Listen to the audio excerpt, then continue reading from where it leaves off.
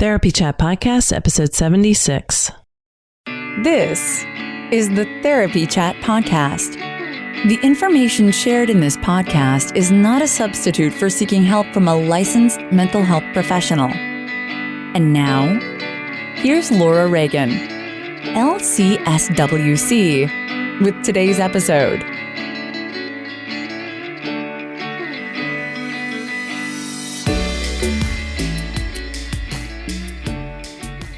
Hi, welcome back to Therapy Chat. I'm your host, Laura Reagan, LCSW-C. Today, you're going to hear a really cool and interesting conversation with David Shannahoff-Khalsa, who is an expert on using Kundalini Yoga to address mental health issues. David Shannahoff-Khalsa is the director of the Research Group for Mind-Body Dynamics at UCSD's BioCircuits Institute and a member of the UCSD Center for Integrative Medicine. Prior to coming to UCSD in 1994, he spent 23 years at the Salk Institute for Biological Studies in La Jolla, California, working on the building blocks of the genetic code and pioneering novel studies in the neurosciences. He has discovered a novel step in the evolution of the nervous system that gives new insights to mind-body states and how to control these states. David is published widely in scientific journals, and he has conducted 3 clinical trials using Kundalini Yoga meditation techniques for treating obsessive compulsive disorders and obsessive compulsive spectrum disorders. And if you read his book, Sacred Therapies, you will be astounded at the amount of work that has been done by him to study how Kundalini Yoga can be used with mental health disorders. I certainly was. His 3 books published by Norton include Kundalini Yoga Meditation Techniques Specific for Psychiatric Disorders, Couples Therapy, and Personal Growth, Kundalini Yoga Meditation for Complex Psychiatric Disorders, Techniques Specific for Treating the Psychoses, Personality, and Pervasive Developmental Disorders, and the book that I discovered him in, Sacred Therapies, the Kundalini Yoga Meditation Handbook for Mental Health. He has also written a book called Psychophysiological States, the Ultradian Dynamics of Mind-Body Interactions, which was published by Elsevier Scientific Publications in 2008. David talks about using Kundalini Yoga with various mental health disorders, and it's fascinating. I've done Kundalini Yoga, and I loved it, but I still love it, but I never thought that it had so much research to back it up. And as a therapist, this is totally fascinating to me. I hope you'll enjoy it too. Let's go ahead and not waste any more time. Let me let you listen to my conversation with David Shannahoff-Khalsa. Hi, welcome back to Therapy Chat. Today, my guest is David Shannahoff-Khalsa, who is from the University of California at San Diego Center for Integrative Medicine and an author and expert on many things that we're going to talk about today. So, David, really, thank you so much for being on Therapy Chat. I'm honored to be with you today. Thank you. Thank you. So let's start off just by, if you could talk a little bit for those who are listening about yourself and your work. Okay. I started off as a biologist type. I got into the neurosciences. And in 1974, I had my first opportunity to practice Kundalini Yoga. I was intrigued by it, but I had not heard much about it. And then the first time I did it, it had an overwhelming impact on me, and it led me to want to practice it on a daily or near daily basis and to teach it as well and share it with other people. And since I was already a scientist, I then decided I wanted to get into doing scientific studies on the concepts that I had learned and also ultimately do clinical trials.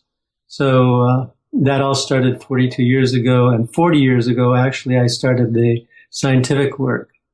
And I was at the Salk Institute at that time, and I left the Salk in 1993, at the end of 93, and went over to the University of California, San Diego in 1994, because we couldn't do clinical work on humans at the Salk at that time because they didn't have the insurance to cover it.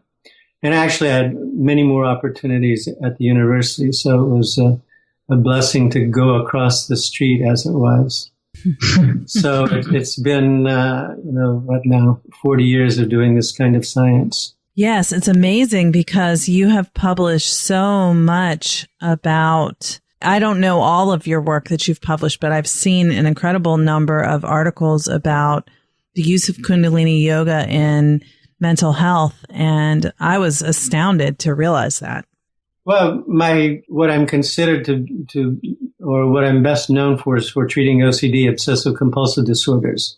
And we've now done 3 clinical trials. The first was an uncontrolled trial, and we had fantastic results, but it wasn't controlled. It wasn't a huge population, but our results were probably better than anything else at the time. And that study was done from 92 to 93, and it got published in 96, and NIH, the National Institutes of Health, funded me to do a randomized controlled trial that went from 94 to 95. And in 96, we submitted it for publication. It took 3 years and 8 journals later to get it published. That came out at the end of 99. And a few years back, I started another clinical trial with colleagues at the University of Sao Paulo in Brazil. And there was a fellow from Yale and Duke in this country. And that trial, we're writing that up right now. So I really can't talk about the details of it, but I'm very, very pleased with the results that we have with that. It's very exciting. And I mean, it's, again, just amazing how long you've been doing this. I had not heard that there was this much research out there about the effects of Kundalini Yoga on various mental health disorders. And I find it very exciting. So can you talk a little bit more about what Kundalini Yoga is for listeners who aren't familiar? Sure. That's an excellent question, and it's one that's not difficult to answer. It may be difficult to believe, but about 3,000 years ago, India was invaded, and what was being practiced, and now we call it Kundalini Yoga, had to go underground because the invader didn't want the population to practice something that was so powerful that would make them much more difficult to control and to exploit. So it went underground. And then in 1968, 69, a yogi came from India and started to teach it all openly. His name was Yogi Bhajan. And in the 35 years that he was teaching, practically every class that he taught a different meditation technique. So he ended up teaching about 5,000 different meditation techniques and hundreds of different sequence-specific exercise sets that were all for different purposes, and as were the meditation techniques. And the meditation techniques, many of them were useful and discovered to be specific for treating psychiatric disorders. So it was in 1975 when I was a teacher, or in a teacher's training program, I learned a left nostril breathing technique specific for treating OCD. And I really didn't know what the disorder was at the time. And then in 1992, I was invited by somebody at the University of California, San Diego, in the Department of Psychiatry that had seen some of my work and saw this one technique published and realized that it was specific. It was taught or published as specific for OCD. And that's what led to our first trial. So there are techniques that are specific for addictions, impulse control disorders, bipolar disorders, depression, variants of anxiety. I've published now 4 books. 3 of them collectively cover about 18 different psychiatric disorders. So all of the major psychiatric disorders are now covered with multi-part disorder-specific protocols. So it gives me great pleasure to be able to share this kind of stuff with our community and meaning the West. I've actually also, in 2003, I was invited by somebody who organized a symposium at the American Psychiatric Association on OCD. And so it was for innovative approaches for treating OCD. And so that was my first opportunity to present at the American Psychiatric Association. The next year, 2004, I submitted to do a 90-minute workshop. It was entitled Kundalini Yoga Meditation Techniques for Psychiatric Disorders. And then since that time, starting in 2005, I have now taught 11 full-day, 6-hour CME courses for the continuing medical education courses for the American Psychiatric Association. So they're interested, they're open, they know that they need help. And if this stuff shows efficacy and that there's reasonable science behind it, I think they'll continue to show interest. Yeah. So do you find that the psychiatrists who have taken these trainings are using Kundalini Yoga techniques with their patients? Some of them do. I think probably a small percentage. I never get accurate feedback, but I know that there are a number of them that have taken it up, especially a number of psychiatrists in Europe that have kept in touch with me. But they primarily go to these courses so they can get their CME credits because they need to do that. But they also see that it's a challenge and it's probably something that they can best farm out to others and say, why don't you go try a Kundalini Yoga class or buy one of his DVDs or use his website. You know, I have that website now called sacredtherapies.com where there's a rentable video for treating PTSD and one for ADHD and comorbid disorders, and we hope to load others in the coming years. So a lot of psychiatrists refer to me ultimately when they're not able to have success with more standard sorts of techniques, or people find me on their own. Yes. So I found you through your book, Sacred Therapies. It's called The Kundalini Yoga Meditation Handbook for Mental Health. And that came out in 2012. I learned about it just recently. And I thought it was amazing because in the book, you describe exactly the protocol, the breathing techniques. And I saw on your website how you have the videos. As I mentioned to you when we were kind of not recording, I work with people who have trauma, and I was extremely interested in the protocol for PTSD. How did Yogi Bhajan explain the mental health disorders in Western terms when he was teaching? Actually, he did. He used all of the Western terms, whether it was using terms like the hypothalamus or the sympathetic nervous system or the parasympathetic nervous system or the brainstem. He used very Western terms because I think he also had a lot of training in that area. And so what yogis really understood about how to make the brain work better, how to help it heal, how to help it develop. That's what meditation is really all about. It's about activating the dormant regions of our brain to help us have greater creativity, greater potential, greater awareness, and a more clear perception. And of course, ultimately to live in a state of bliss, no matter what's going on in the world around us. It certainly helps. That is very true, and something that many people are seeking right now. Right. I mean, typically people pursue meditation, and they have a very sort of simple and classical view of it, that they're just sitting still and trying to make their mind go quiet some way or another. I think that's what the general population at large believes meditation is about. Well, it's much more than that because it's a technology. The techniques can, like I said, there were about 5,000 different meditation techniques that Yogi Bhajan taught. Each one of them is different. Each one has slightly different effects. And when people say to me, well, I can't meditate. My mind is too noisy, or I can't sit still long enough.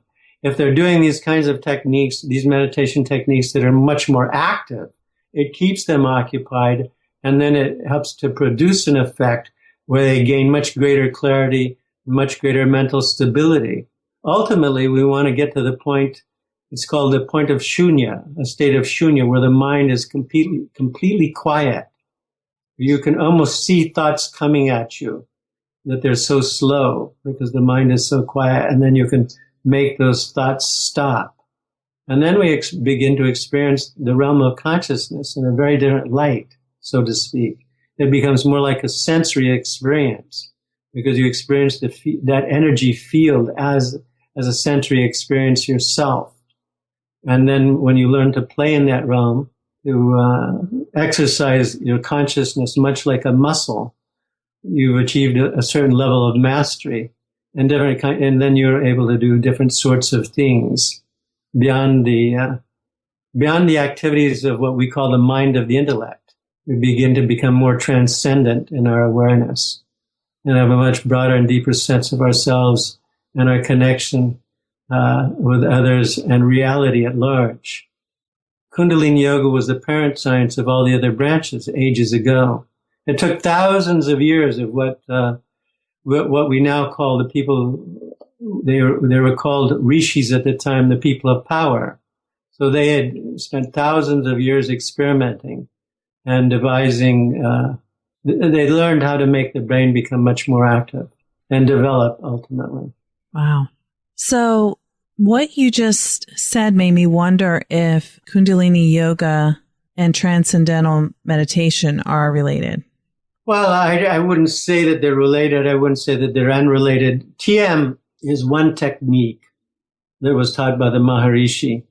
And I never paid to be trained with it, but I know people that have. And essentially, I don't know if they now require that you sit with a straight spine, but originally you didn't have to sit with a straight spine. You didn't have to focus with the third eye, and you didn't have to regulate the breath. They gave you your secret mantra, and you would just mentally repeat that mantra to yourself. And then when you would lose the connection and come back to it. So that was a very simple sort of technique. And a lot of people have practiced it. But like I said, there are about 5,000 different techniques that are taught. Yes. Well, thank you for answering that, because I've noticed that people recently are talking more about TM, and I hadn't realized that that was sort of here on the East Coast for it to be becoming more well known. I heard about it back in, when I was younger, but I just wanted to check in. I wanted to have my facts straight about that. But can you kind of talk about what the parts are of Kundalini Yoga? Because I know there's, it's meditation, it's body movement, it's breathing. Yeah, the parts of it. Yeah, I don't know if that's the right way to describe it, but. Well, there are, I wouldn't say an infinite number of parts, but there are many, many different parts. It depends. If you're talking about the yoga exercises, then they're extremely varied. Some of them are extremely difficult. Some of them are very simple. Some of them only involve flexing the spine, sitting erect. We call it spine flex, and that helps to energize the body and push energy up the chakras. But with the meditation techniques, almost all of my protocols are practiced while sitting in a chair. Okay. And so they can have different breathing patterns that vary greatly one from the other, whether the right nostril, left nostril, or a combination of the two nostrils, or in the mouth and out the nose, or in the nose and out the mouth. And so those kinds of various possibilities. And the eye postures can be at the third eye. They can be at the tip of the nose. They can be completely closed, focusing on the top of at the chin point where the dimple normally is, or you can mentally envision looking out the back of your head. So all of the eye postures have a different neuroendocrine effect. Normally the one we think of most is called the third eye, and that stimulates the pituitary, and it also begins to pressurize the optic nerve in both hemispheres, so it begins to reduce the activity of the thought waves. But when we focus at the third eye, begins to we start to stimulate the pituitary, it gives us a deeper sense of self. There's another eye posture called Ajna Bandh, where your eyes are open and you're looking at the tip of your nose, the end that you can't see. Ajna Bandh means mind lock, so it begins to still the mind. And that eye posture begins to normalize and balance the activity of the frontal brain. So all of these techniques are combinations of these sorts of things. And then you have all the different mantras. You can have hand postures, mudras, what we call mudras, arm postures. You can have movement of the arms in some of these meditations, continuous movement of the arms. So the combination begins to seem like it's infinite. I'm sure it's not really infinite, but there's hundreds and hundreds of possibilities. If there was 5,000 meditation techniques taught, I can give you a sense about how variable these techniques can be. So it's not just simply sitting and meditating on a simple mantra or even on a simple complex mantra. But the mantras alone, there's hundreds of different mantras. And each mantra is like a phone number in a way. If you dial 212 for the area code versus 213, you get a very different connection, a very different effect and benefit. So these mantras have to be understood as formulas. So I really think of the meditation techniques as different brain exercises, because that's what they're really all about. Again, it's about activating the dormant regions of the brain and normalizing the activity of what is already active. So people are pursuing meditation techniques these days more to manage their stress and to help gain some sense of normality. We are often plagued by the stuff that's in our subconscious mind, all of these old patterns, and that garbage in the subconscious needs to be cleaned out, because if it's not cleaned out, it will just dump into our conscious mind, and we get locked into these blocks and limiting thought patterns that we have that lead to negative behaviors, addictive behaviors, states of depression, and so forth. And so we're working from a very limited potential at that point. So the mantras help cleanse and restructure the subconscious mind, and then they help to awaken the higher states of consciousness, so we can have a much grander experience of ourselves. The bliss only comes from within. Nobody can give it to us. We like to entertain the possibility of developing a pill for it. And of course, people take psychedelic drugs and things like that, looking for enlightenment or looking for happiness or looking for a much greater experience of awareness. But those things are limited, and then they usually have their adverse effects as well. So, awakening the unknown within us is really what Kundalini Yoga is all about, awakening the potential. Yeah. So I'm kind of wondering, as we talk, do people, let's say someone has OCD and they are seeking relief from that, would it be recommended for the person to go begin a regular Kundalini Yoga practice? Or would it be that they work with a therapist who uses Kundalini Yoga in the psychotherapy session, or using the videos, for example, that you have as like self-study? How do you see that? Well, let me see if I can answer your question like this. Almost everyone that comes to me has never heard of Kundalini Yoga. They really didn't have an interest in meditating, but they were looking for a solution for treating their OCD. Now, very few therapists have any training, even with my own protocol. And there's a lot of different reasons for that. But people come to me or via the website, and they'll just, spend the $64.99 to have a DVD sent to them in the mail. And then some of them, work with me at a distance via Skype or by phone or by email. So I consult that way. I've had people from India, from the United Arab Emirates, from Australia, all over the world. And so they don't need to go to a regular therapist. They need to just practice the protocol. And so in the DVD, the entire protocol is taught in complete detail for the full times. And then all the frequently asked questions are basically also answered in that video. So it's not that we're trying to get people to start to meditate in their life. That's not the idea. Their interest is to treat the disorder, to eliminate the disorder and hopefully cure it. And my experience has been is that 20 to 30%, if I'm doing a clinical trial, for example, we get in fantastic results. The last one for the people that completed the trial was a 71% improvement on something called the Yale-Brown Obsessive Compulsive Scale, the Y-box, which is the gold standard for treatment, for assessing efficacy of treatment.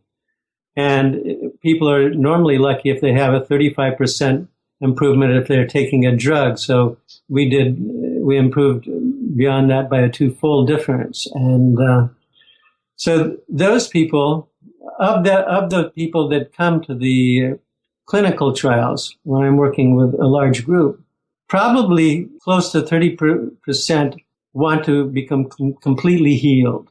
And then you have another 30% or so, or 40% that just want to titrate the disorder to a level that is acceptable to them, where they're not bothered by it too much, because they don't want to do the homework.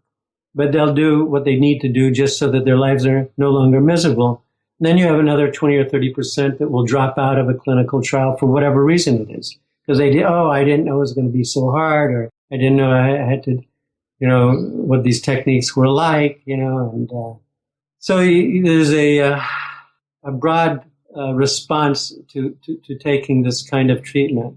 And but on the video on my website, www.theinternetyogi.com, there's on the Purchase OCD video page, there's actually a publication that has the complete protocol for OCD in complete detail. It's written and published in complete detail. It was published in a journal, and it was loaded to the website in 2003. So they can use that for free if they want, or they can just, in addition, buy the video. But obviously, there's a great need for improving the treatment of OCD. Normally, it's considered the most difficult psychiatric disorder to treat, because at best, maybe half the people are able to even take a medication for treating it because of the adverse effects, or that it has, or it may have no benefit for them.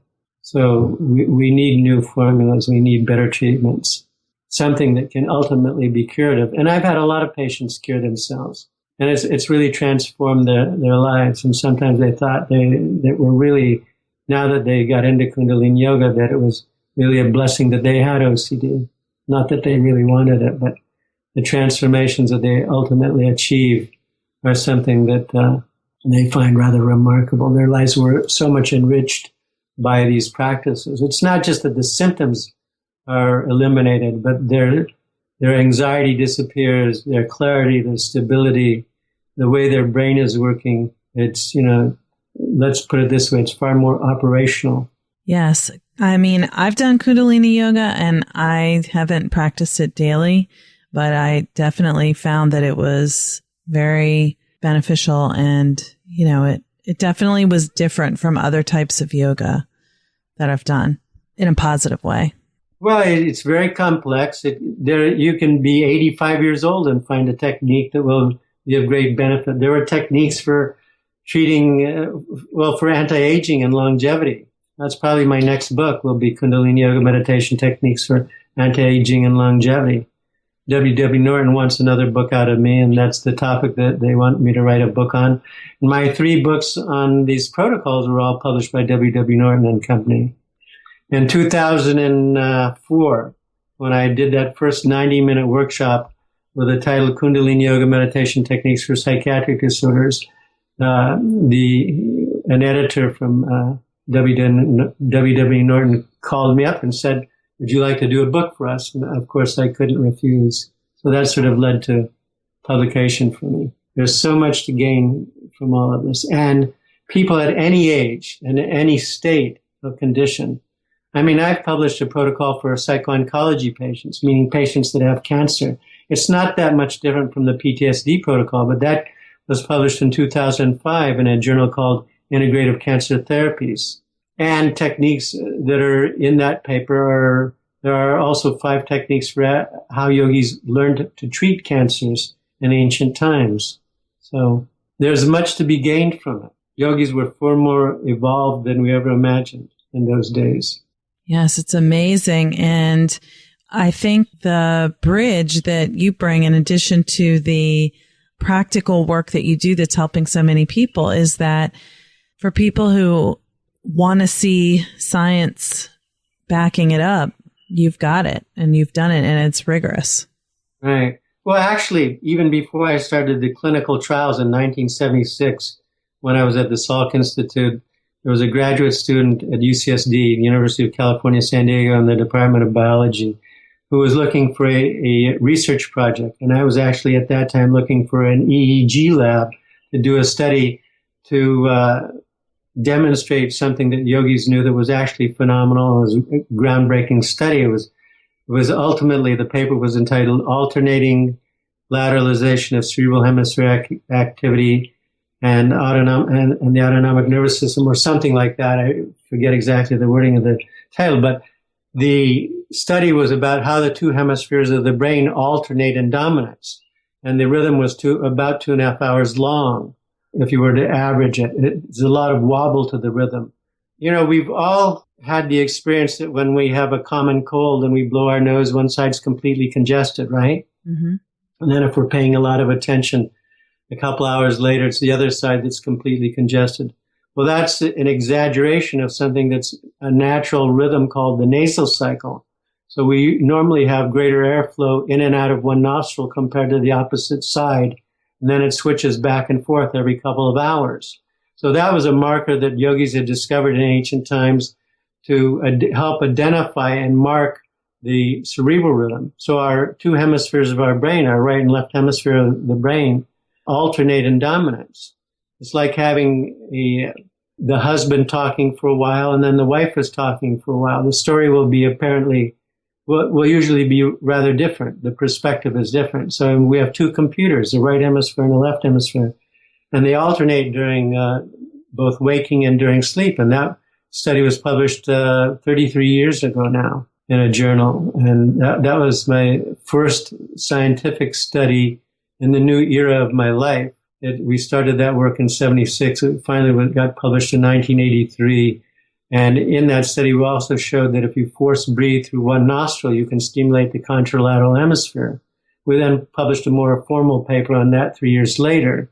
It was entitled Selective Hemispheric Activity by Unilateral Forced Nostril Breathing. So I have done a lot of work. I've done a lot of what we call multivariate physiology, where we look at multiple systems simultaneously and with high sampling rates. So we saw that all of these other rhythms, the rhythms of the pituitary hormones, of the neurotransmitters, of insulin and the cardiovascular system, they were all tightly coupled to the nasal cycle, this marker of mind-body states. So my second book, actually, that was published by Academic Press that came out, I think was 2007 or 2008, was entitled Psychophysiological States, the Ultradian Dynamics of Mind-Body Interactions. Now, that's a book that sells for about $250 these days, but it's a very prestigious publisher. Came out in a series called International Review of Neurobiology. And normally, with these books, you know, they have like 15 or 20 chapters and they have different authors for each of the chapters, but they asked me to do the entire book on it. So my basic science actually is what helped bring credibility or establish a basis for doing clinical trials. So it helps to support the importance of doing this kind of work because the yogis knew that the two hemispheres of the brain would alternate during both waking and sleep, and it was tightly coupled to the nasal cycle, was coupled to sleep stages, REM and non-REM sleep, and things like that. And that's how Yogi Bhajan used to talk about it. So I got into various different laboratories to do these sorts of studies with people who were experts in their field. And that helped inspire others to think that, well, okay, maybe these techniques are what you claim them to be. And now there are protocols published for all the major different psychiatric disorders. There are over 100 different meditation techniques in all of my protocols when you add them up together. It's amazing. I mean, really like encyclopedic. Sort of, yeah. I mean, when you think that there's techniques for bipolar disorders, in fact, when I went to get a technique, I was expecting to get one technique for treating bipolar disorders.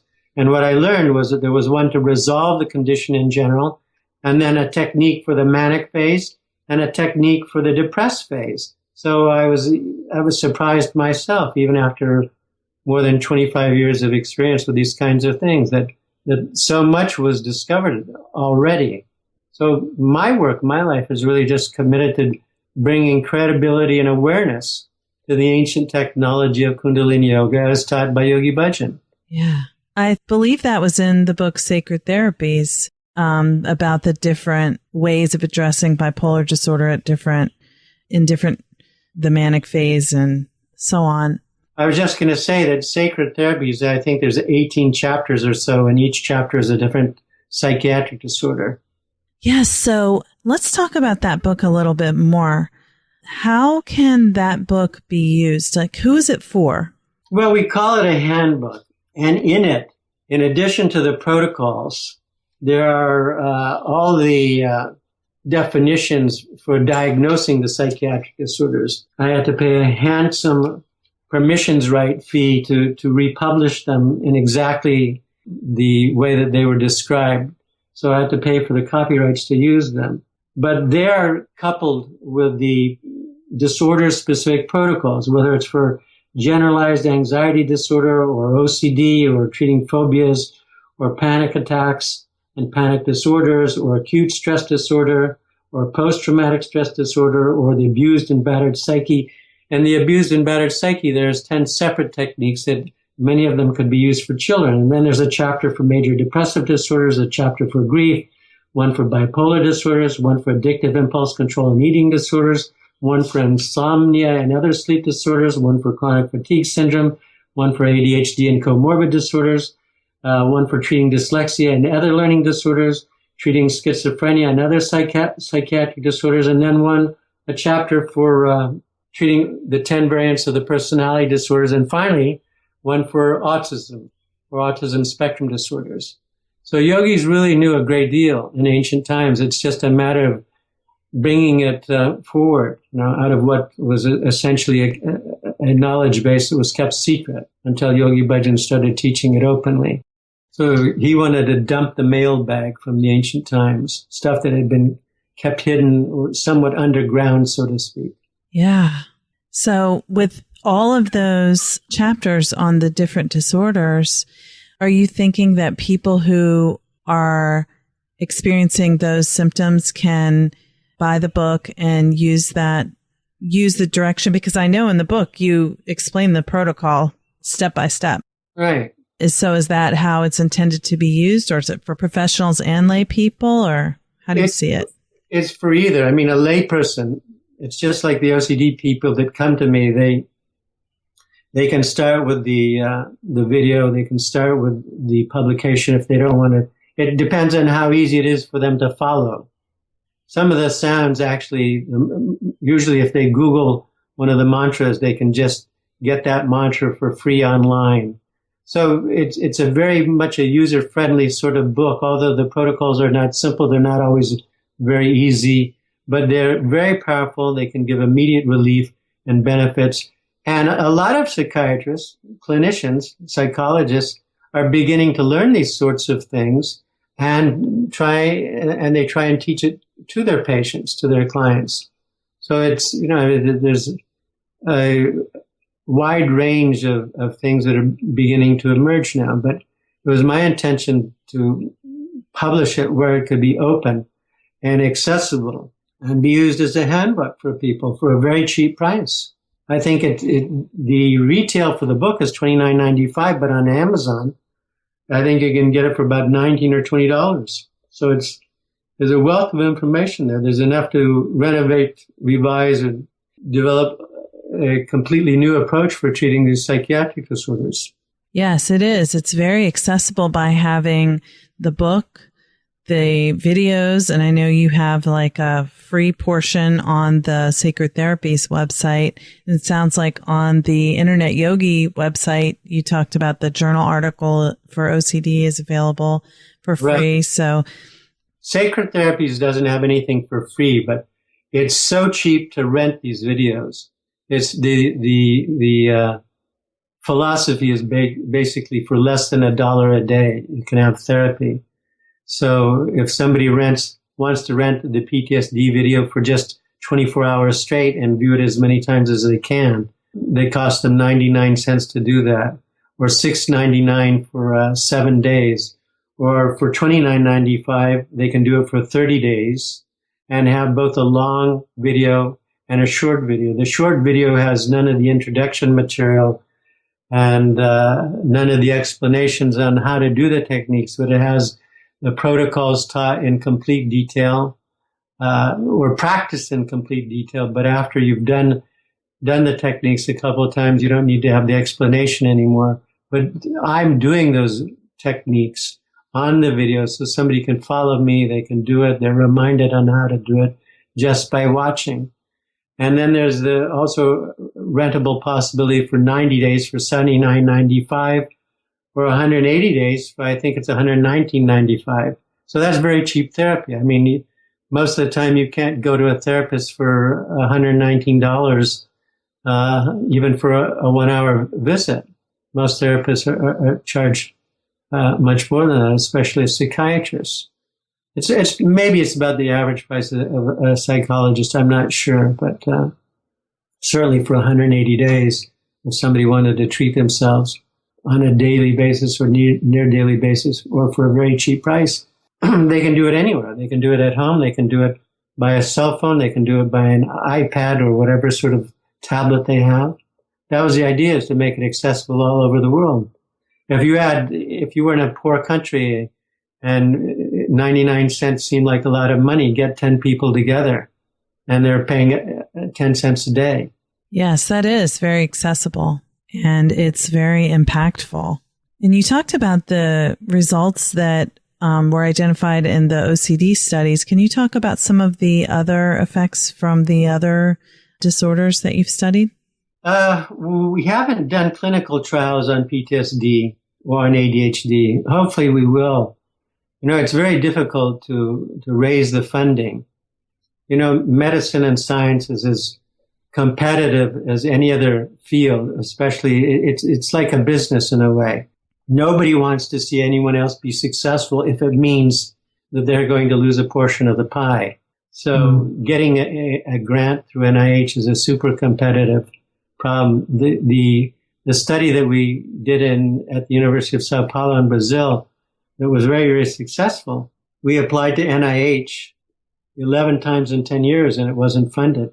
And then essentially exactly the same study was funded by the government of Brazil because they had a greater need to reach out for methods to help their children and adolescents.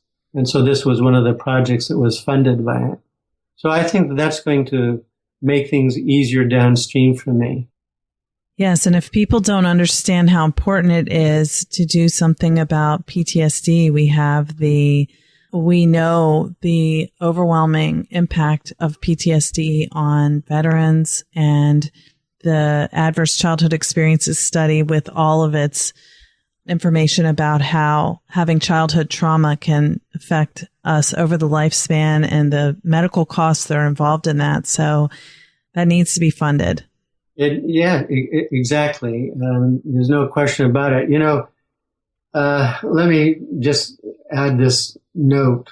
When I was practicing the protocol to make sure I would do it perfectly when it was going to be videotaped, I used to think to myself, gee, I ought to do this protocol more often myself because it has such incredible benefits. It's not that it only strips away the symptoms of PTSD, but it brings about incredible mental clarity and stability and a sense of elevated self. What we all want is to be in a state of bliss if it's possible, and it really is possible.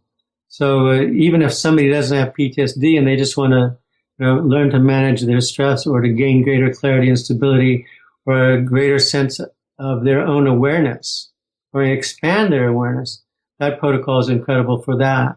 The last meditation technique in it is a meditation technique that great sages used to practice to experience a higher state of consciousness. So it helps to elevate people beyond their imagination.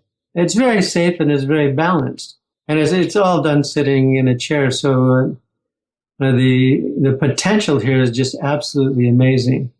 And the sooner somebody has an event, the more they have a chance of recovering more quickly if they use a protocol like this almost instantly, or immediately. It's the kind of technique to have in a tool chest that is incredibly important. Which reminds me, in the ADHD and comorbid disorders protocol, which is also video and sacred therapies, there's a technique for treating a red-hot angry mind.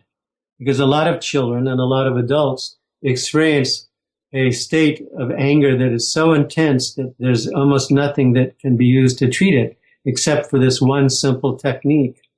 And it's a chant. It's a chanting. It's a mantra that's chanted for 11 minutes, not more, not less, and it tranquilizes a red hot angry mind. And I've seen that be successful, not only in my own life, but for anyone else that's ever practiced it. So having these access to these kinds of tools, especially when they're relatively simple, you don't have to stand on your head with these kinds of things.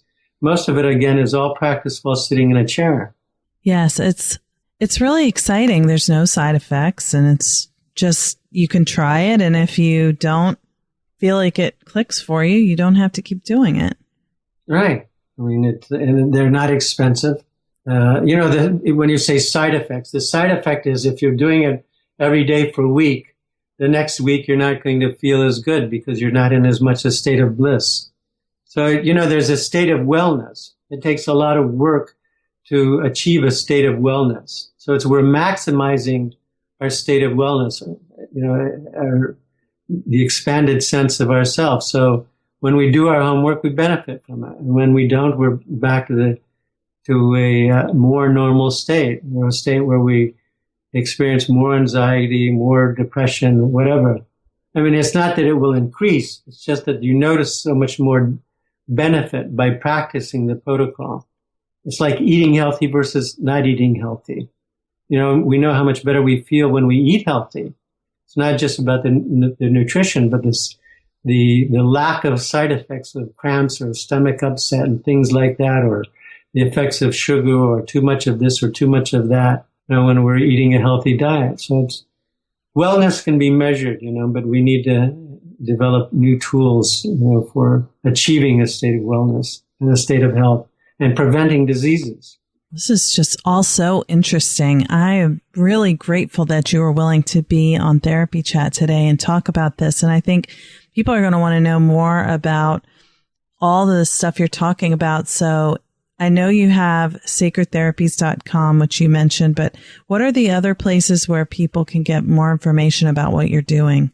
Well, I have the other website is called www.theinternetyogi.com, theinternetyogi.com, and all one word, of course, .com, and that's for the OCD stuff. But I don't sell the books myself.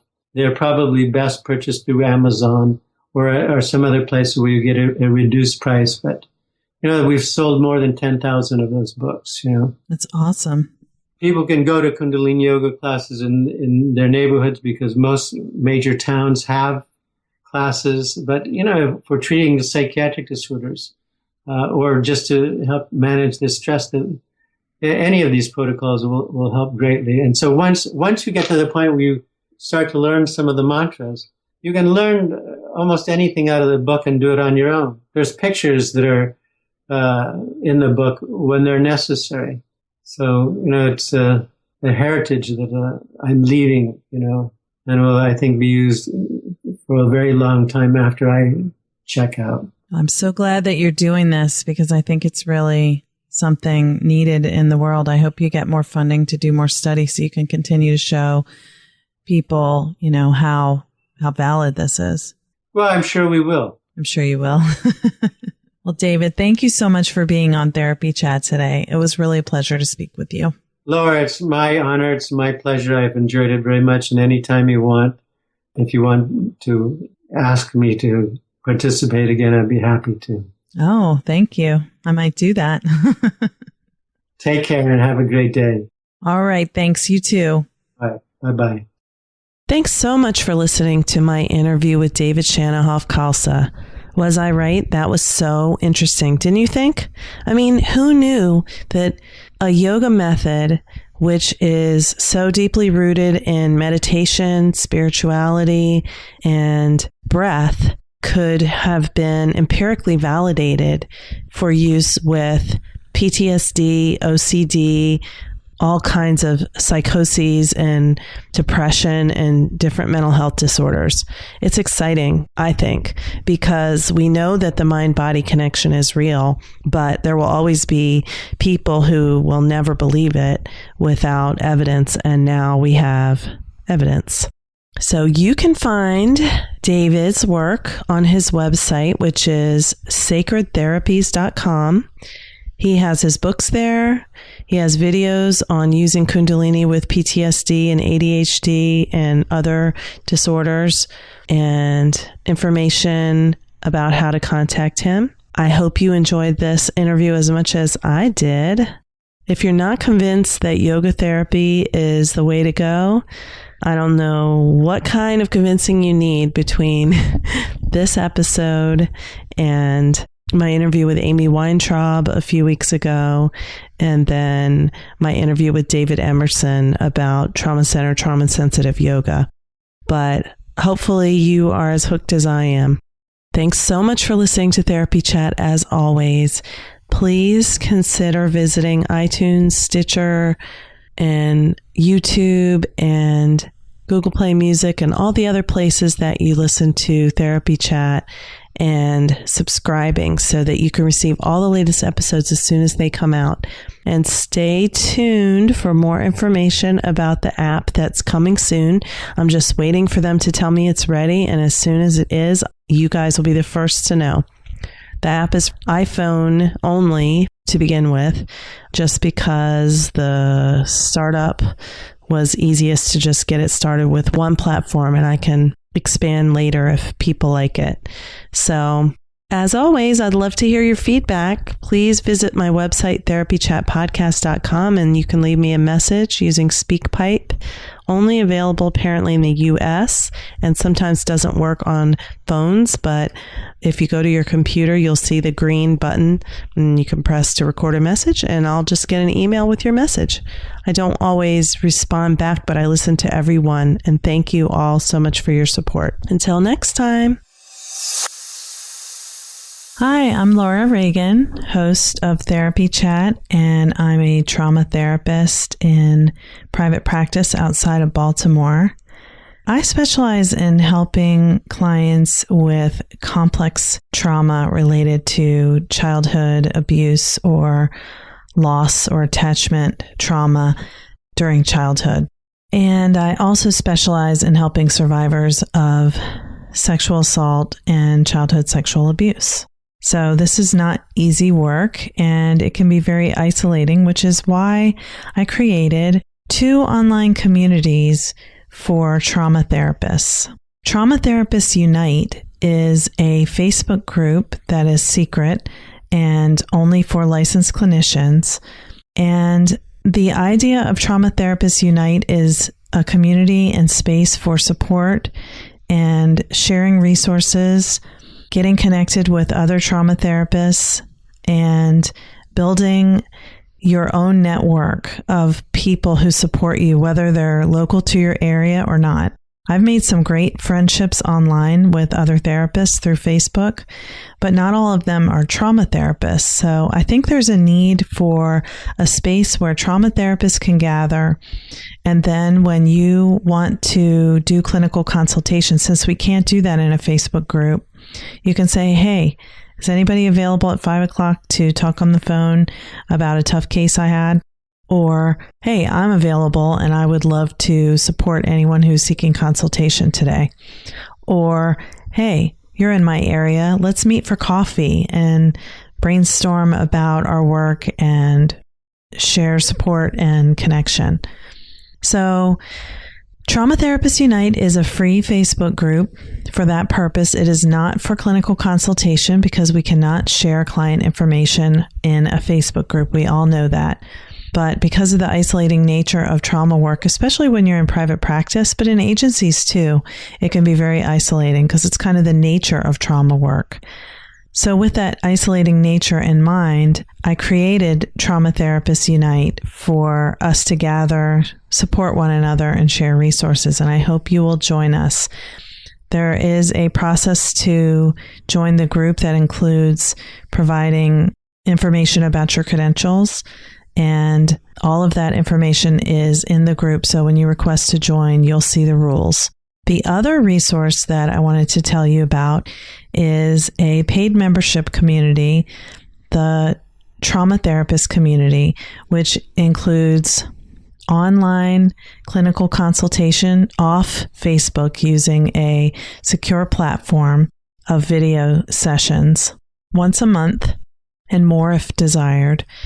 And groups are also available in person. So check my website, LauraReaganLCSW-C.com/join for all the information about the trauma therapist community. Thanks so much for your support. Hope to see you there. Thank you for listening to the Therapy Chat Podcast with Laura Reagan, LCSW-C. For more information, visit Laura's website at www.LauraReaganLCSW-C.com.